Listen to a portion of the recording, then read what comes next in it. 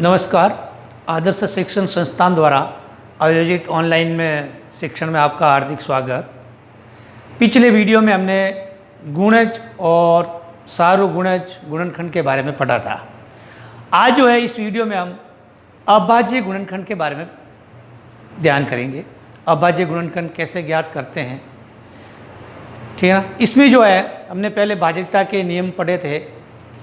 भाज्यता के नियमों का सहारा लेकर के हम जो है अभाज्य गुणनखंड ज्ञात आसानी से कर सकते हैं। सबसे पहले हम देखते हैं कि अभाज्य गुणनखंड में क्या करते हैं। किसी भी संख्या का जिसमें हम अभाज्य गुणनखंड करना है तो सबसे पहले उसमें जो है उसको जो है इस प्रकार जो है लाइनें खींच देते हैं और खंड बना देते हैं और सबसे पहले छोटी संख्या का भाग देते हैं। मान लीजिए सबसे छोटी संख्या जो हम भाग देते हैं अभाज्य वो 2 है और 2 का भाग उसमें जा रहा है तो 2 का ही देना है। और यदि 2 का भाग नहीं जाता है तो फिर 3 का नहीं जाता तो फिर 4 का नहीं जाता है 5 का। इस प्रकार से जो है संख्याओं के बढ़ते क्रम में जो है उसको विभाजित करना है। तो इसमें अभाज्य गुणनखंड में सबसे पहले हम देखते हैं एक संख्या हमारे पास है 144।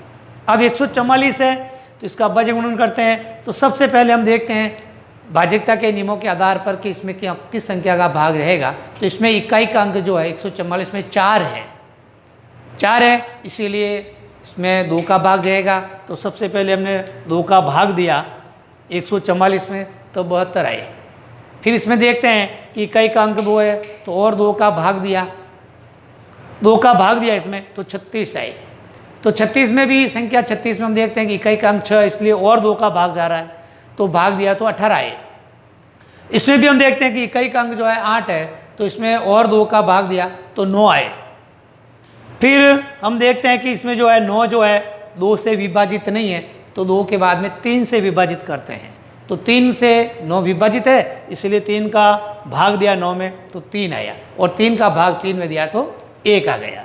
इस प्रकार जो ये जो गुणनखंड है संख्या के 2 गुणा 2 गुणा 2 गुणा 2 गुणा 3 गुणा 3 इस प्रकार जो है इनको लिख देते हैं। इनको बोलते हैं गुणनखंड। किसी संख्या को गुणनखंड के रूप में लिखना। फिर बाद में 2 को 2 से गुणा किया 4 को 2 से गुणा किया 8 को 2 से गुणा किया 16 को 2 से गुणा किया 48 को 3 से गुणा किया तो बराबर 144 जो है हमें संख्या वापस प्राप्त होती है। इसके बाद में हम देखते हैं 320 का अभाज्य गुणनखंड ज्ञात करना।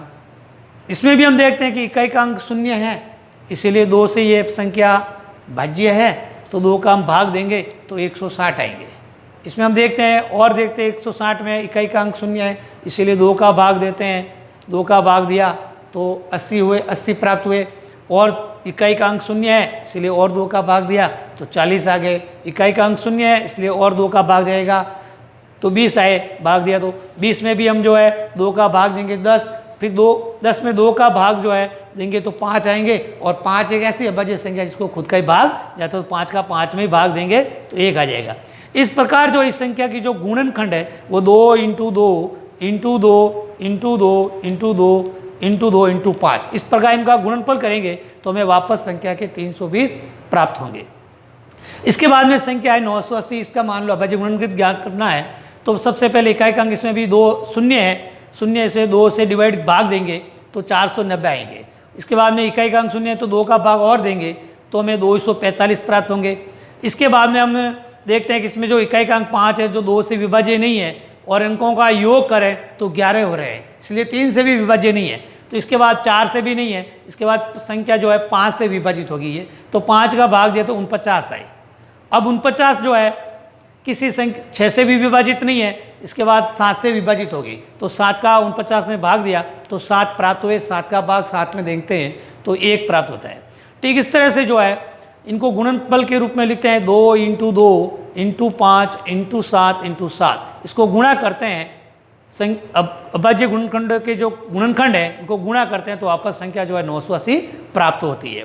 ठीक इसी प्रकार जो है आप लोग गृह कार्य में संख्या 16, 28, 38, 350 के अभाज्य गुणनखंड लिखिए। तो इस प्रकार से जो है आपको अभाज्य गुणनखंड करना है। धन्यवाद।